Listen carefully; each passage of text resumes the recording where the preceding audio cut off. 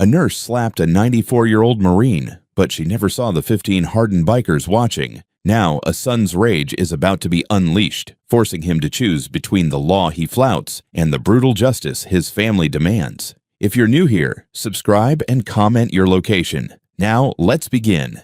The air in Paul Marino's room at the Oak Creek retirement home was thick, a cloying mix of antiseptic, steamed vegetables, and the faint, lingering scent of 15 men who lived on the road. It was a smell Daniel "Bull" Marino usually associated with freedom, with brotherhood, but here, trapped between these sterile walls, it felt like a cage. He forced a wide grin, the one he used to charm bartenders and intimidate rivals, and leaned over his father's bed, his massive frame blocking the fluorescent light. "Come on, Pops. You gotta eat more than that.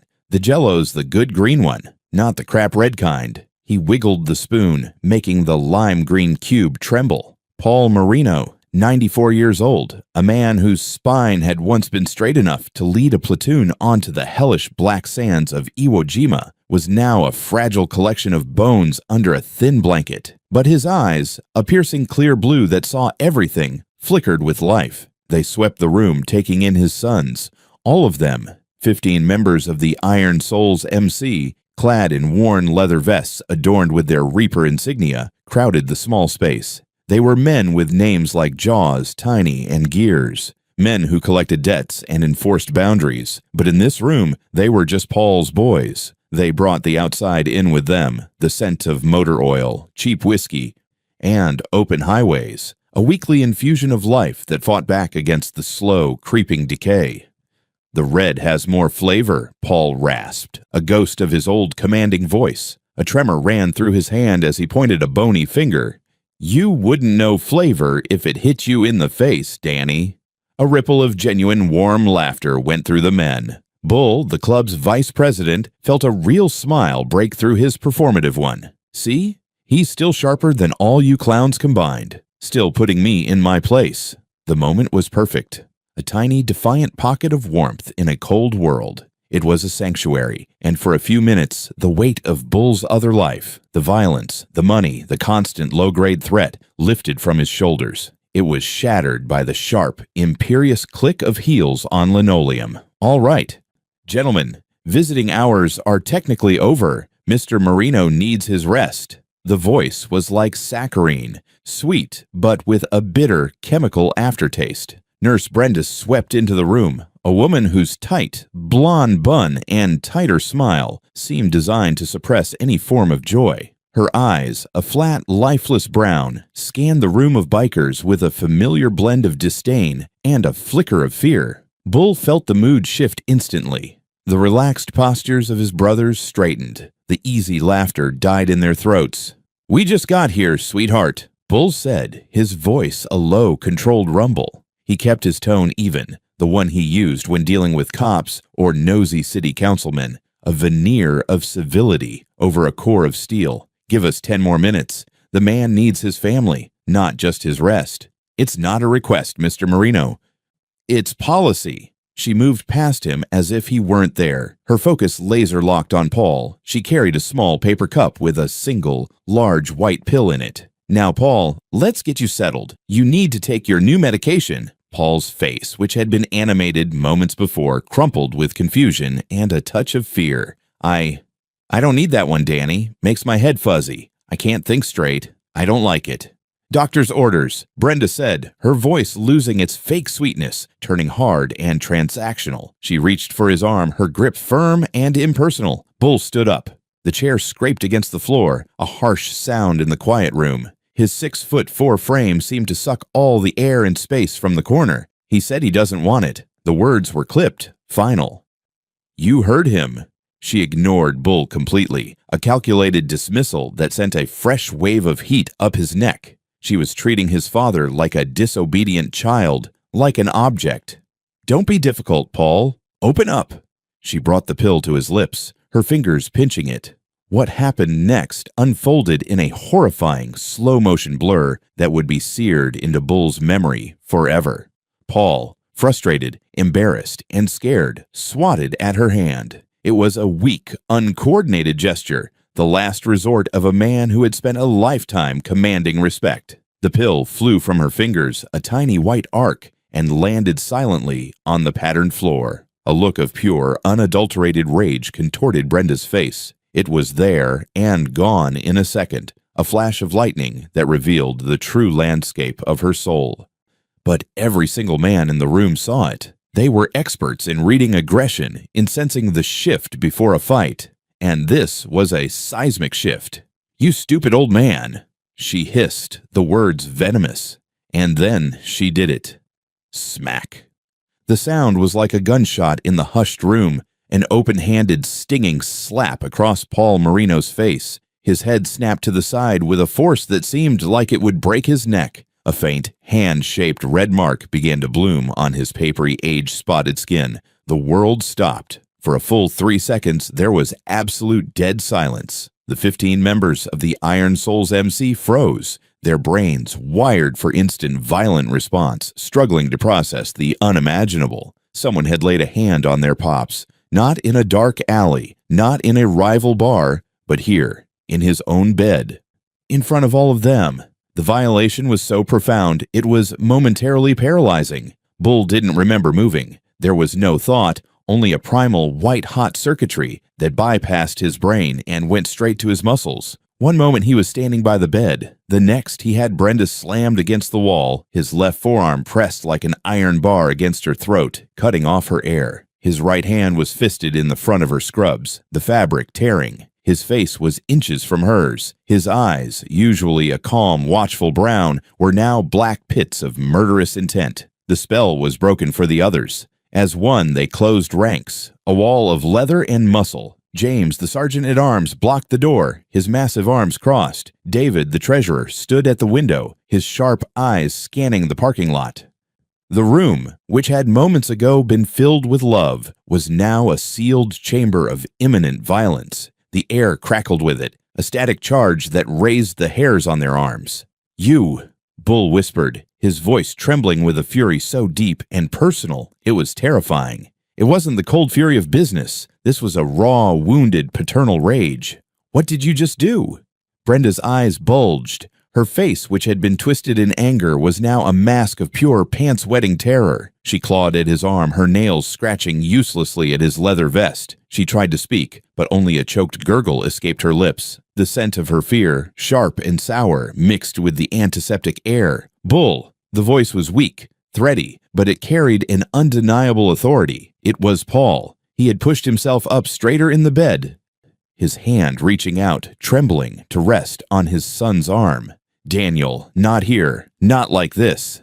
The sound of his real name, the one only his father used, was a bucket of ice water thrown on the inferno in his soul. Bull's vision, which had narrowed to a red tunnel focused on Brenda's terrified face, cleared slightly. He could feel the expectant energy of his brothers behind him, a coiled spring waiting for his signal. A single nod, a grunted word, and Nurse Brenda would be reduced to a problem permanently solved. But Pops was right. Not here, not in his sanctuary, not in front of him. He leaned in closer, his lips almost brushing her ear, his voice dropping to a lethal guttural whisper meant only for her. "You have no idea what you just started. You're going to walk out of this room. You're going to clock out. And you're going to go home. And you are going to pray. Sweetheart, you pray that we find you before the cops do, because what they'll do to you is nothing, nothing, compared to what we will." He released her. She didn't stand. She slumped to the floor, a boneless heap clutching her throat, great ragged sobs racking her body. She was a pitiful sight, but no one in the room felt an ounce of pity. Mark, a young prospect eager to prove his worth, opened the door just enough for her to scramble out on her hands and knees like a crab, the frantic, skittering sound of her flight echoing down the sterile hallway. The door clicked shut. The room was silent again, but now it was the heavy, suffocating silence of a tomb. The violence had been averted, but it hadn't dissipated. It had just been postponed, banked like a fire. Hotter and more dangerous for being contained. Bull turned back to his father. His massive hands, which moments before had been instruments of death, were now shaking. He knelt by the bed, his knees cracking against the hard floor, and gently, so gently, cupped the old man's face. His thumb, rough and calloused, brushed over the red mark, a tender gesture that was a stark contrast to the scene that had just unfolded. "Pops, I'm so sorry." Bull's voice broke. The vice president was gone, replaced by a guilty, heartbroken son. "I'm so sorry I let that happen. I should have—" Paul's eyes were filled with tears, not from the physical pain, but from a profound, gut-wrenching shame, the shame of being helpless, of being humiliated in front of his sons. It's not the first time she's been rough," he whispered, his voice thick. "She's been taking things. My watch, the money you gave me for the canteen. I tried to tell the other nurse, the nice one, Stella, but she said I was confused, that old people get confused." A new, colder kind of anger began to mix with the hot, blinding rage in Bull's gut. This wasn't just an isolated moment of cruelty from a stressed-out caregiver. This was a pattern. This was predation. This was a disease. And Brenda was just a symptom. Bull stood up. The grief and guilt on his face solidified into something hard, impenetrable, and deadly calm. He turned to his brothers. The look in his eyes was one they all recognized. It was the look that preceded a war. "James," Bull said, his voice now flat, devoid of all emotion. It was the voice of a strategist planning a siege. "Yeah, Bull." James already had his phone in his hand. "Get on the phone. I want a car on her. I want to know where she lives, who she sees, what she eats for fucking breakfast. I want her whole life, every dirty little secret, on my desk by morning. Don't lose her." James simply nodded, his thumbs already flying across his screen, his voice a low growl as he started issuing commands to the prospects waiting outside. "David," Bull continued, turning to the club's treasurer. David was the brains, the man who could launder money through 3 shell companies before lunch. He was sharp, meticulous, and utterly ruthless with numbers. "I'm on it," David said, adjusting his glasses. "I'll pull the records. His financials from the home, his medication logs, everything. If she's stealing from him, she's stealing from others. It's a business. We'll find the ledger." Bull looked at his father, who seemed to have shrunk even further into the bed. He placed a firm, steadying hand on his shoulder. "I promise you, Pops, on my life, on my cut. No one touches our family. No one. This ends tonight." The clubhouse, a converted auto body shop on the industrial edge of the city, was a storm of controlled chaos. The news had traveled through the grapevine faster than a Harley on an open highway, and the air was thick with the smell of beer, cigar smoke, and the palpable promise of retribution. Young prospects moved with a new urgency, their eyes wide with a mixture of fear and excitement. The old heads, the veterans with knuckles scarred from 100 fights, sat with a grim, knowing stillness. They knew what was coming. But in the chapel, the club's soundproofed meeting room, Bull sat with his inner circle, forcing a level head. The table was scarred with cigarette burns and ringed with the ghosts of 1,000 difficult decisions. "We can't just whack her," David said, spreading a fan of printouts across the scarred oak. "It's too clean. It draws heat, and it doesn't solve the problem. And look at this." He tapped a column of numbers. "Paul's monthly incidentals and personal care fee has tripled in the last 3 months, and he's not the only one. I cross-referenced the other patients on his wing. 4 others have had similar spikes. And the medication logs." He shook his head in disgust. "He's being charged for insulin twice a day. Bull, your father isn't diabetic. He hasn't been for his whole life." James grunted, cracking his knuckles. The sound was like popping rocks. "It's a racket. She's not working alone. That whole fucking home is a hunting ground. They're preying on the ones who can't fight back." Bull stared at a faded black and white photo he kept on the chapel wall. It showed a young Paul Marino, standing tall and proud in his Marine uniform, his eyes clear and fearless. A man who had faced down Imperial Japanese soldiers was now being slapped and stolen from by a woman in scrubs. The injustice was a physical acid in his veins. "So we don't just take out the soldier," Bull said, his voice low and dangerous. "We burn the whole fort down. We salt the earth so nothing like this can ever grow there again." He looked up, his gaze sweeping over James, David, and the other 2 officers. "But we do it smart. We're not animals. We're businessmen. We expose them. We ruin them. We take everything from them, just like they were taking from Pops." He paused, letting the weight of his next words sink in.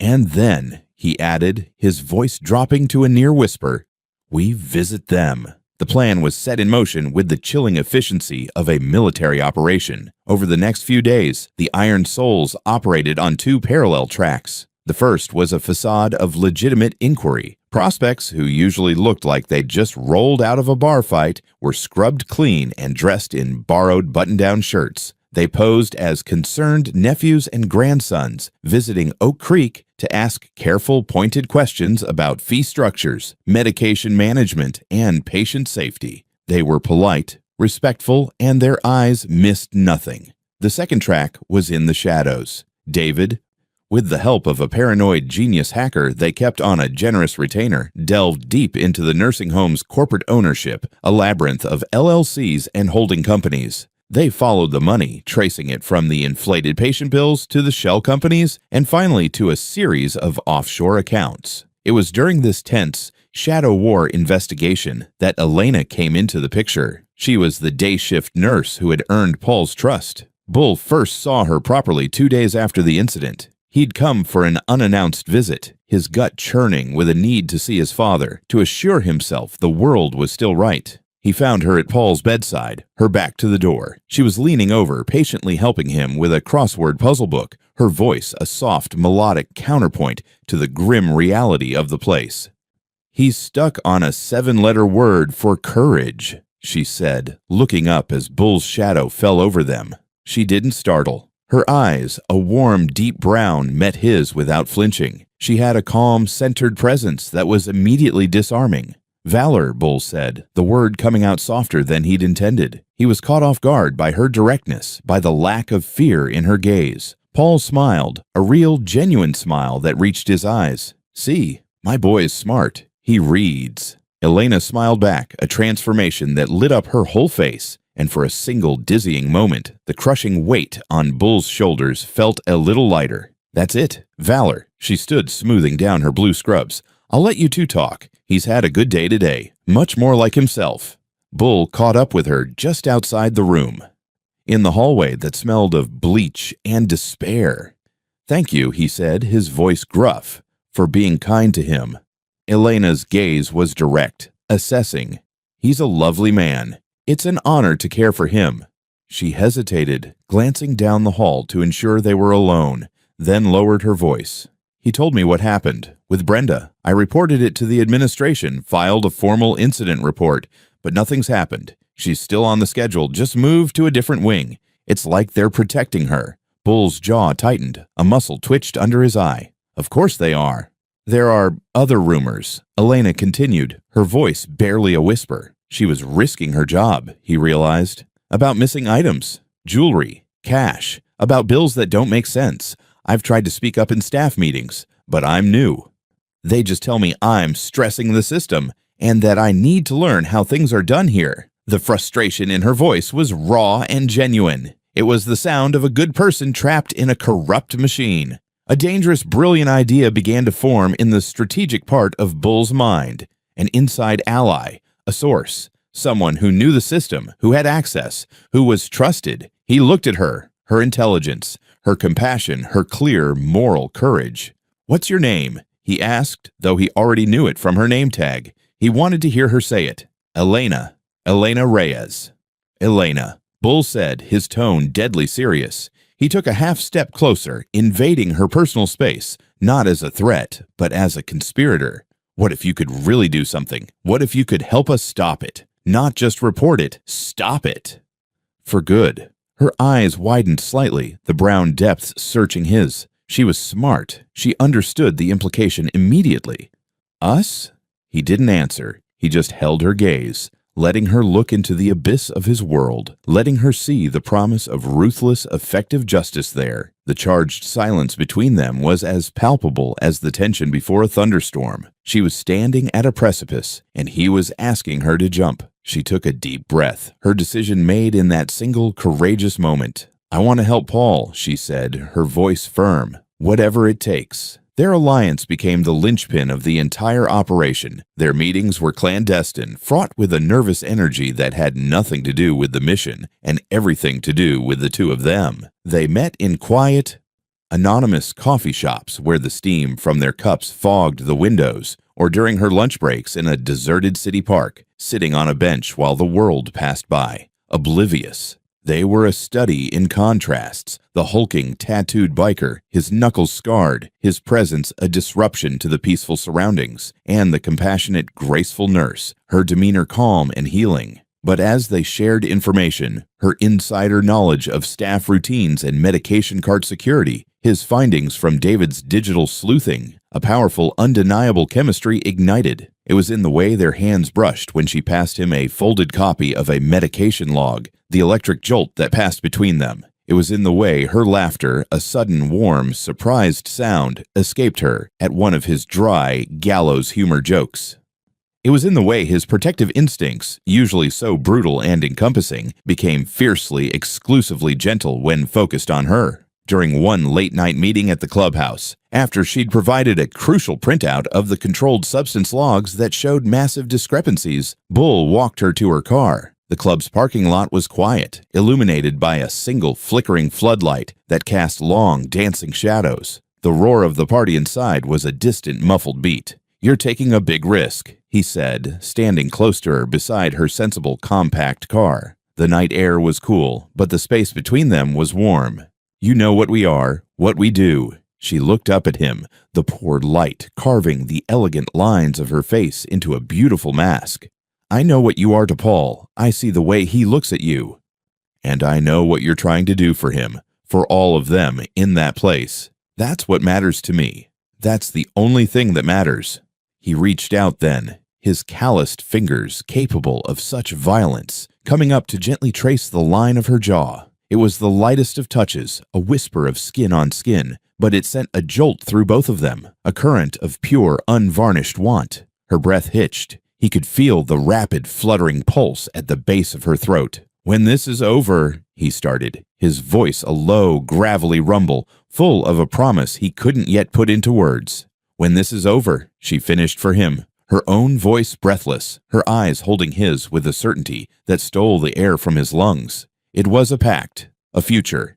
He watched her taillights disappear into the night, the ghost of her touch still burning on his skin like a brand. The final pieces fell into place with a sickening, inevitable clarity. David's hacker, a ghost in the machine, uncovered a shell company named Aegis Patient Services that was siphoning hundreds of thousands of dollars from patient trust accounts. The paper trail, carefully obfuscated, led directly to the nursing home's administrator, a slick, silver-haired fox named Mr. Harrington, and his head of security, a corrupt ex-cop named Russo, a hulking brute whose reputation for brutality had followed him off the force. Brenda was just their frontline operative, the petty cashier in a sophisticated embezzlement scheme.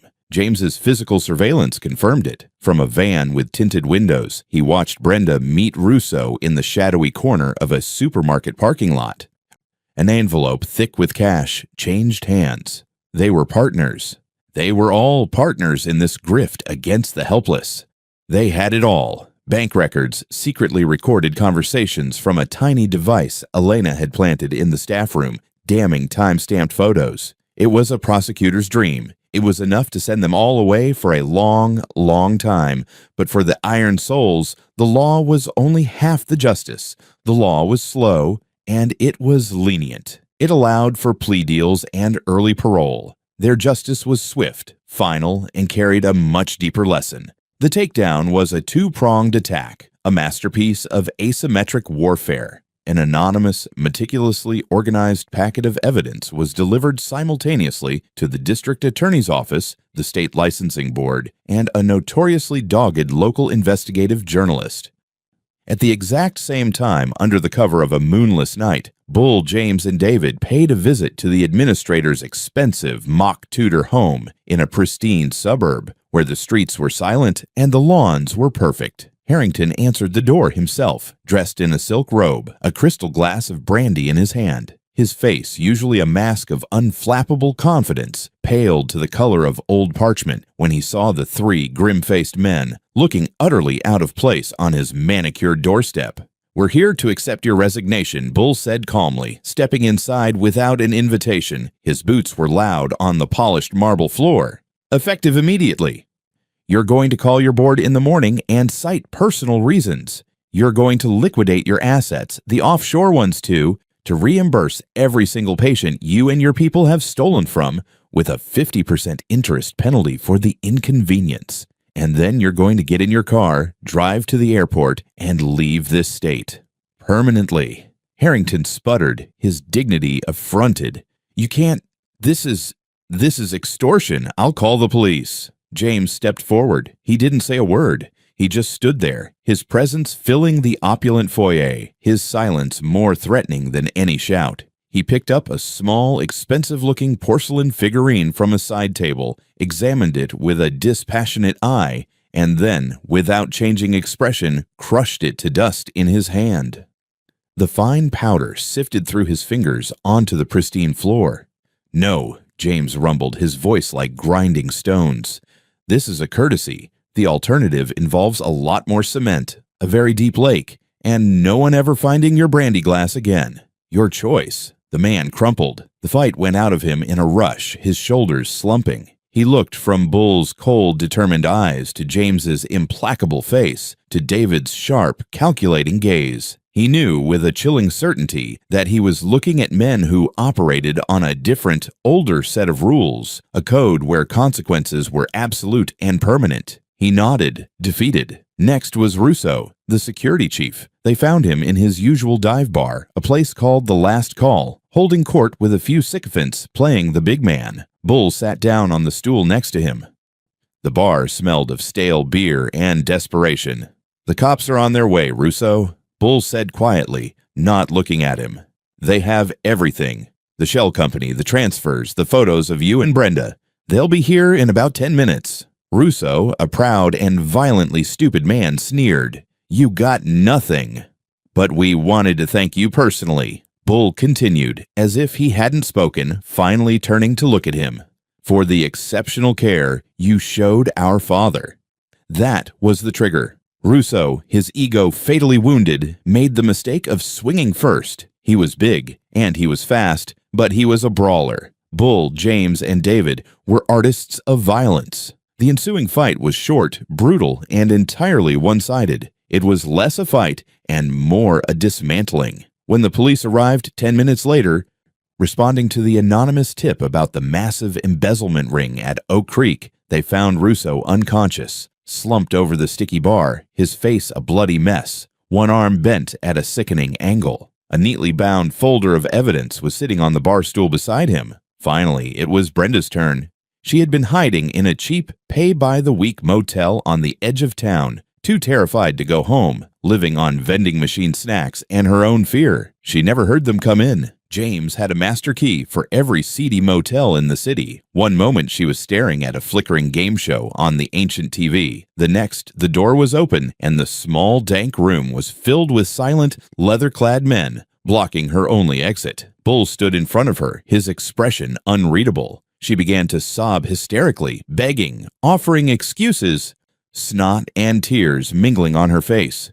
"Please, I was just following orders. Harrington and Russo, they made me do it. I have kids. I have 2 little boys." "So did the men my father fought against in the Pacific," Bull said, his voice cold and flat, devoid of all mercy. "It didn't make them right. It didn't make their actions any less monstrous." He tossed a one-way plane ticket onto the stained bedspread.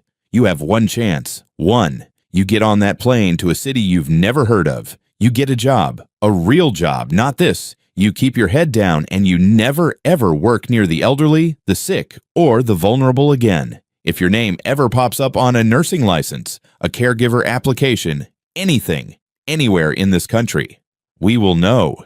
He leaned down, his face close to hers, his final words dropping into the room like stones into a deep well. "And our visit will not be as diplomatic." She stared at the ticket, trembling so violently her teeth chattered. Then she looked back at him, and in her eyes he saw the understanding dawn. This was a mercy of sorts, an exile. It was a mercy Paul Marino had insisted on. A life for a slap is not balanced, son. He told Bull, his hand on his son's arm. You break her. You scare her so straight she never even thinks of looking sideways again. But you don't end her. That's not who we are. They left her there, sobbing with a messy, complicated relief and terror. Her life as she knew it over. She was a ghost already. A week later, Bull stood with his father in the sunny, well-tended gardens of a new, well-vetted assisted living facility. It was funded by a sudden, mysterious, and generous charitable donation from an anonymous benefactor. The sun was warm on their faces. Paul was in his wheelchair, a soft blanket over his lap, but he was sitting straighter. The haunted, shamed look was gone from his eyes, replaced by a familiar, quiet peace. The paper said it was a whistleblower, Paul said, a knowing, almost mischievous glint in his blue eyes. He pointed a trembling finger at the newspaper on his lap. Said the administrator fled the state for personal reasons, and the security chief confessed to everything after a bar fight went wrong. Quite a coincidence. Isn't that something? Bull said, a real, easy smile spreading across his face for the first time in weeks. The world works in mysterious ways. Paul reached out and gripped his son's hand, his grip surprisingly strong. You did good, Danny. You kept your head. You protected your family without losing your soul in the process. You used your power, but you didn't let it consume you. That, he said, his voice thick with emotion. That is all a father can ever ask for. Later that evening, the Iron Souls threw a massive party at the clubhouse. It wasn't just a party, it was a catharsis. The roar of laughter, classic rock, and clinking bottles was a joyous, defiant release of weeks of pent-up tension and rage. The club was whole. Their honor was satisfied. Their family was safe. Bull stood on the periphery of the chaos, a cold beer in his hand, watching his family. His gaze, as it so often did now, found Elena. She was there, talking with Jennifer, James's old lady, by the pool table. She was laughing at something Jennifer said, and the sound, even across the noisy room, felt like a balm to his soul. She felt his look and met it, and a slow, beautiful, intimate smile spread across her face, meant only for him. He made his way through the crowd to her. Men clapped him on the back. Prospects nodded with deep respect, but his focus was solely on her. The music was deafening, but between them the world had gone quiet. I owe you, he said, his voice rough with emotion. We all do. We couldn't have done it without you. You don't owe me anything, she replied, her eyes shining. Seeing Paul safe, seeing him happy and treated with respect, that is all the thanks I will ever need. He took her hand, lacing his rough, scarred fingers with her smooth, delicate ones. It felt more right than anything ever had. Stay, he said, the single word loaded with the weight of every unspoken promise, every charged glance, every breathless moment they had shared. Stay with me tonight. Her answer was in her eyes, in the way her fingers tightened around his, in the way she leaned into his body, trusting and sure. He led her away from the noise, his hand a possessive, guiding pressure on the small of her back, up the narrow private staircase to his rooms above the clubhouse. The moment the heavy door closed behind them, the world outside, the music, the brotherhood, the violence, the business, ceased to exist. He backed her against the door, his hands coming up to cradle her face, his thumbs stroking the high arches of her cheekbones. Elena, he murmured, her name a prayer. A confession, a vow on his lips. That was all he could say before her lips found his. The kiss was not gentle. It was weeks of suppressed tension, of fear, of a desperate blooming hope, all exploding at once. It was heat and need and a shocking, profound tenderness that threatened to undo him. His hands roamed her body, learning its curves through the thin fabric of her dress, pulling her flush against him as if he could fuse them together into a single safe entity. Her fingers tangled in his long hair, pulling him closer, her soft, eager moans a symphony in the quiet room. They stumbled towards the large, unmade bed, a tangle of limbs and discarded clothing, leaving a trail of his leather vest, her dress, his boots. There, in the dim light filtering through the single window, the The fearsome vice president of the Iron Souls was just a man, vulnerable and yearning, and the brave nurse was just a woman, powerful in her surrender. He worshipped her body with a reverence that left her breathless. His touch both possessive and adoring, as if he were memorizing her. She, in turn, mapped the landscape of his scars with her lips and tongue, the knife wound on his ribs, the bullet graze on his shoulder, the burn on his forearm, each one a story of a life lived on the edge, and she accepted all of it, kissed each one as if she could heal the past. When he finally entered her, it was with a slow, deliberate intensity that made her cry out his name, her nails digging into the hard, corded muscles of his back. It was a claiming, a surrender, a homecoming. It was raw and passionate and emotionally shattering. He moved within her like a man finally finding his anchor, and she rose to meet him like a wave meeting the shore. In that moment, surrounded by the ghosts of his violent world, they created something entirely new. Something fragile and beautiful and fiercely, ferociously protected. The climax was a silent, shuddering cataclysm that left them both breathless and clinging to each other in the aftermath, their hearts hammering a frantic, synchronized rhythm against each other's chests. Later, as they lay tangled in the sweat-slicked sheets, her head pillowed on his chest, listening to the strong, steady beat of his heart, she traced the club's Reaper insignia tattooed over his ribs. "So what happens now?" she whispered into the darkness, her voice soft and sleepy. He held her tighter, his arms a solid, secure band around her, and dropped a kiss into her hair, breathing in her scent, soap, sunshine, and now, him. "Now," he said, his voice full of a certainty and peace he hadn't felt since he was a boy, safe in his father's house. "We live." Downstairs, the party raged on, the sound a testament to a family preserved, an honor defended, an empire that stood unshaken. But upstairs, in the quiet dark, a new story was just beginning. The score was settled, the balance was restored, and for the first time in a long, long time, Daniel Bull Marino had someone to fight for, beyond the club, beyond the code, beyond the violence. He had a future, and he would protect it with everything he had. Thank you for watching. This story proves that some lines should never be crossed. But what would you have done if you were in that room? Would you have sought revenge or called the police? Subscribe and let us know your city in the comments. We read every single one.